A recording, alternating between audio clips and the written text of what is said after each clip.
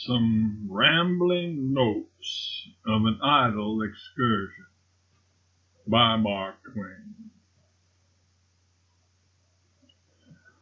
Part 1. All the journeyings I had ever done had been purely in the way of business. The pleasant Maine weather suggested a novelty, namely a trip for pure recreation. The bread and butter element left out. The Reverend said he would go too, a good man, one of the best of men, although a clergyman. By 11 at night we were in New Haven and on board the New York boat. We bought our tickets and then went wandering around here and there in the solid comfort of being free and idle, and of putting distance between ourselves and the mails and telegraphs. After a while I went to my stateroom and undressed, but the night was too enticing for bed. We were moving down the bay now, and it was pleasant to stand at the window and take the cool night breeze and watch the gliding lights on shore. Presently, two elderly men sat down under that window and began a conversation. Their talk was properly no business of mine, yet I was feeling friendly toward the world and willing to be entertained. I soon gathered that they were brothers, that they were from a small Connecticut village, and that the matter in hand concerned the cemetery. Said one, "Now, John, we talked it all over amongst ourselves, and this is what we've done. You see, everybody was a-moving from the old burying ground, and now folks was most about left to theirselves, as you may say. They was crowded, too, as you know. Lot warn't big enough in the first place, and last year, when Seth's wife died, we couldn't hardly tuck her in. She sort of overlaid Deacon Shoreb's lot, and he soured on her, so to speak, and on the rest of us, too. So we talked it over, and I was for a layout in the new cemetery on the hill. They weren't unwilling if it was cheap. Well, the two best and biggest plots was number 8 and number 9, both of a size. Nice, comfortable room for 26, 27 full-growns. That is, but you reckon in children and other shorts and strike an average. I should say you might lay in 30 or maybe 32 or 3. Pretty genteel, no crowd to signify." "That's a plenty, William. Which one did you buy?" "Well, I'm a-coming to that, John. You see, number 8 was $13, number 9 $14. I see, so's that you took number 8. You wait, I took number 9. And I'll tell you for why. In the first place, Deacon Shorb wanted it. Well, after the way he'd gone on about Seth's wife overlapping his premises, I'd have beat him out of that number 9 if I'd have had to stand $2 extra, let alone 1. That's the way I felt about it. Says I, what's $1 anyway? Life's only a pilgrimage, says I. We ain't here for good, and we can't take it with us, says I. So I just dumped it down, knowing the Lord don't suffer a good deed to go for nothing, and calculating to take it out of somebody in the course of trade. Then there was another reason, John. Number 9's a long way the handiest lot in the cemetery, and the likeliest for situation. It lays right on top of a knoll in the dead center of the burying ground, and you can see Millport from there, and Tracy's, and Hopper Mount, and the Rafter Farms, and so on. There ain't no better outlook from a burying plot in the state. Si Higgins says so, and I reckon he ought to know. Well, and that ain't all. Of course, Shorb had to take number 8. Want no help for it. Now, number 8 joins on to number 9, but it's on the slope of the hill, and every time it rains, it will soak right down onto the shores. Si Higgins says that when the deacon's time comes, he better take out fire and marine insurance both on his remains. Here there was the sound of a low, placid, duplicate chuckle of appreciation and satisfaction. Now, John, here's a little rough draft of the ground that I've made on a piece of paper. Up here in the left-hand corner, we bunched the departed, took them from the old graveyard, and stowed them one alongside each other on a first-come, first-served plan, no partialities, with Grandfather Jones for starter only because it happened so, and winding up indiscriminate with Seth's twins. A little crowded towards the end of the layout, maybe, but we reckon 'twa'n't best to scatter the twins. Well, next comes the living. Here, where it's marked A, we're going to put Mariah and her family when they're called. B, that's for Brother Hosea and his. C, Calvin and tribe. What's left is these two lots here, just the gem of the whole patch for general style and look at. They're for me and my folks and you and yourn. Which of them would you rather be buried in? I swan you took me mighty unexpected, William. It sort of startled the shivers. Fact is, I was thinking so busy about making things comfortable for the others, I hadn't thought about being buried myself. Life's only a fleeting show, John, as the saying is. We've all got to go sooner or later. To go with a clean record's the main thing. Fact is, it's the only thing worth striving for, John. Yes, that's so, William, that's so. There ain't no getting around it. Which of these lots would you recommend? Well, it depends, John. Are you particular about outlook? I don't say I am, William. I don't say I ain't. Really, I don't know. But mainly I reckon I'd set store by a south exposure. That's easy fixed, John. They're both south exposure. They take the sun and the shrubs get the shade. How about site, William? These are sandy soil. E's mostly loam. You may give me E then. William, a sandy soil caves in more or less and costs for repairs. All right, set your name down here, John, under E. Now, if you don't mind paying me your share of the $14, John, while we're on the business, everything's fixed.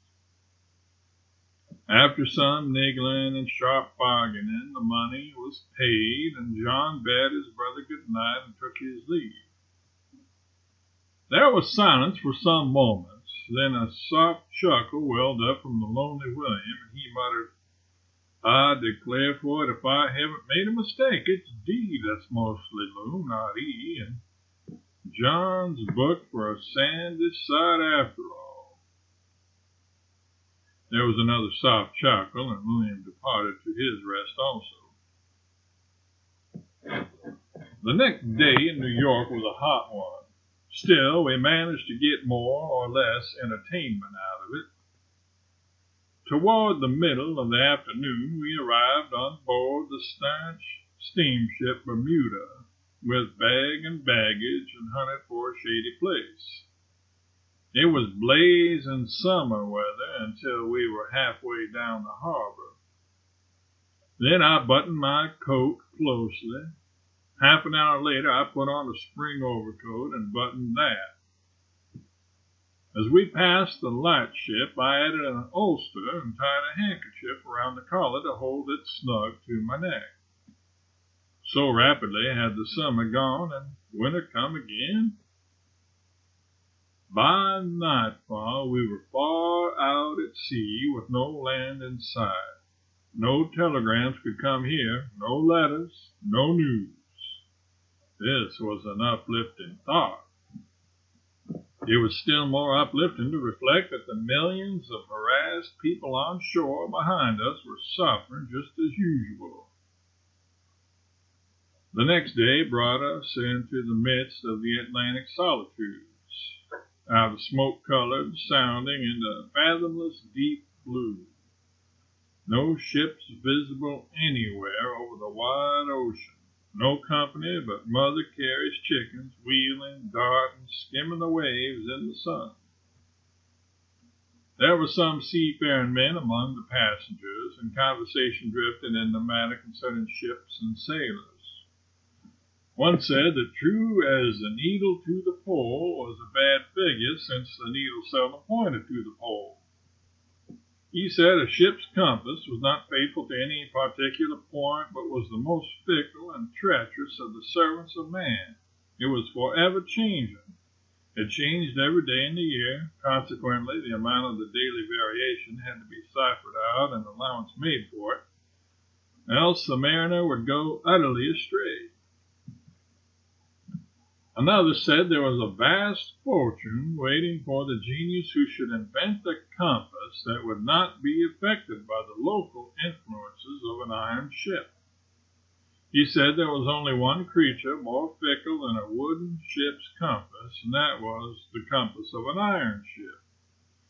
Then came reference to the well-known fact that an experienced mariner can look at the compass of a new iron vessel thousands of miles from her birthplace and tell which way her head was pointed when she was in process of building. Now, an ancient whale shipmaster fell to talking about the sort of cruise they used to have in his early days. Said he, sometimes we'd have a batch of college students. Queer lot. Ignorant? Why, they didn't know the catheads from the main brace. But if you took them for fools, you'd get bit sure. They'd learn more in a month than another man would in a year. We had one once in the Marianne that came aboard with good spectacles on, gold spectacles on, and besides he was rigged out from main truck to keelson in the knobbiest clothes that ever saw a forecastle. He had a chest full, too, cloaks and broadcloth coats and velvet vests, everything swell, you know. And didn't the salt water fix them out for him? I guess not. Well, going to sea, the mate told him to go aloft and help shake out the fore-to gallantsail. Up he shins to the foretop with his spectacles on, and in a minute down he comes again looking insulted. Says the mate, what did you come down for? Says the chap, perhaps you didn't notice that there ain't any ladders above there. You see, we hadn't any shrouds above the foretop. The men bursted out in a laugh such as I guess you never heard the like of.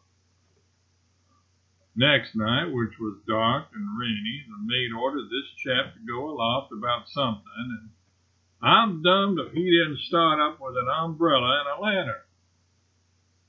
But no matter, he made a mighty good sailor before the voyage was done, and we had to hunt up something else to laugh at. Years afterwards, when I had forgot all about him, I comes into Boston mate of a ship, and was loafing around town with the second mate, and it so happened that we stepped into the Revere House, thinking maybe we would chance the salt horse in that big dining room for a flyer, as the boys say. Some fellows were talking just at our elbow, and one says, yonder's the new governor of Massachusetts, at that table over there with the ladies. We took a good look, my mate and I, for we hadn't either of us ever seen a governor before. I looked and looked at that face, and then all of a sudden it popped on me. But I didn't give any sign. Says I, mate, I've a notion to go over and shake hands with him. Says he, I think I see you doing it, Tom. Says I, mate, I'm going to do it. Says he, oh, yes, I guess so. Maybe you don't want to bet you will, Tom. Says I don't mind going a 5 on it, mate. Says he, put it up. Up she goes. Says I, planking the cash. This surprised him, but he covered him and says pretty sarcastic, hadn't you better take your grub with the governor and the ladies, Tom? Says I, upon second thoughts, I will. Says he, well, Tom, you ain't a darn fool. Says I, maybe I am, maybe I ain't, but the main question is, do you want to rest 2.5 that I won't do it? Make it a 5, says he. Done, says I. I started him a-giggling and slapping his hand on his thigh.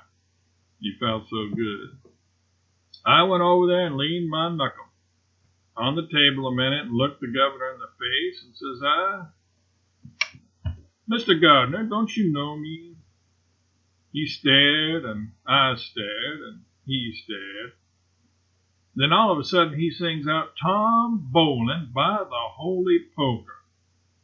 Ladies, it's old Tom Bolin that you've heard me talk about, shipmate of mine in the Mary Ann.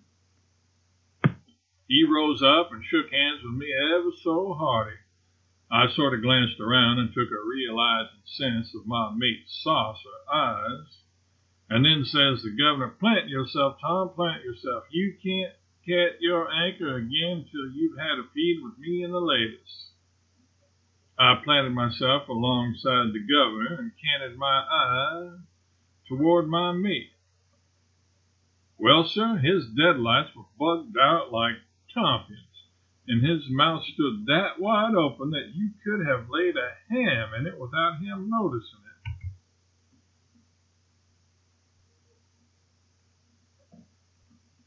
There was great applause at the conclusion of the old captain's story. Then, after a moment's silence, a grave, pale young man said, Had you ever met the governor before? The old captain looked steadily at this inquirer a while and then got up and walked out without making any reply. One passenger after another stole a furtive glance at the inquirer, but failed to make him out, and so gave him up. It took some little work to get the talk machinery to running smoothly again after this derangement, but at length a conversation sprang up about that important and jealously guarded instrument, a ship's timekeeper, its exceeding delicate accuracy, and the wreck and destruction that have sometimes resulted from its varying a few seemingly trifling moments from the true time. Then, in due course, my comrade, the Reverend, got off on a yarn with a fair wind and everything drawn. It was a true story, too, about Captain Rouseville's shipwreck, true in every detail. It was to this effect. Captain Rouseville's vessel was lost in mid-Atlantic, and likewise his wife and his 2 little children. Captain Rouseville and 7 seamen escaped with life, but with little else. A small, rudely constructed raft was to be their home for 8 days. They had neither provisions nor water. They had scarcely any clothing. No one had a coat but the captain. This coat was changing hands all the time, for the weather was very cold. Whenever a man became exhausted with the cold, they put the coat on him and laid him down between 2 shipmates until the garment and their bodies had warmed life into him again. Among the sailors was a Portuguese who knew no English. He seemed to have no thought of his own calamity, but was concerned only about the captain's bitter loss of wife and children. By day he would look his dumb compassion in the captain's face, and by night, in the darkness and the driving spray and rain, he would seek out the captain and try to comfort him with caressing pats on the shoulder.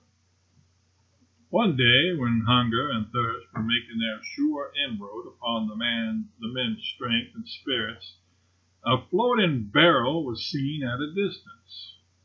It seemed a great find, for doubtless it contained food of some sort. A brave fellow swam to it, and after long and exhausting effort got it to the raft. It was eagerly opened. It was a barrel of magnesia. On the 5th day, an onion was spied. A sailor swam off and got it. Although perishing with hunger, he brought it in its integrity and put it into the captain's hand. The history of the sea teaches that among starving, shipwrecked men, selfishness is rare, and a wonder-compelling magnanimity the rule. The onion was equally divided into 8 parts and eaten with deep thanksgivings. On the 8th day, a distant ship was sighted. Attempts were made to hoist an oar with Captain Rounceville's coat on it for a signal. There were many failures, for the men were but skeletons now and strengthless. At last, success was achieved, but the signal brought no help.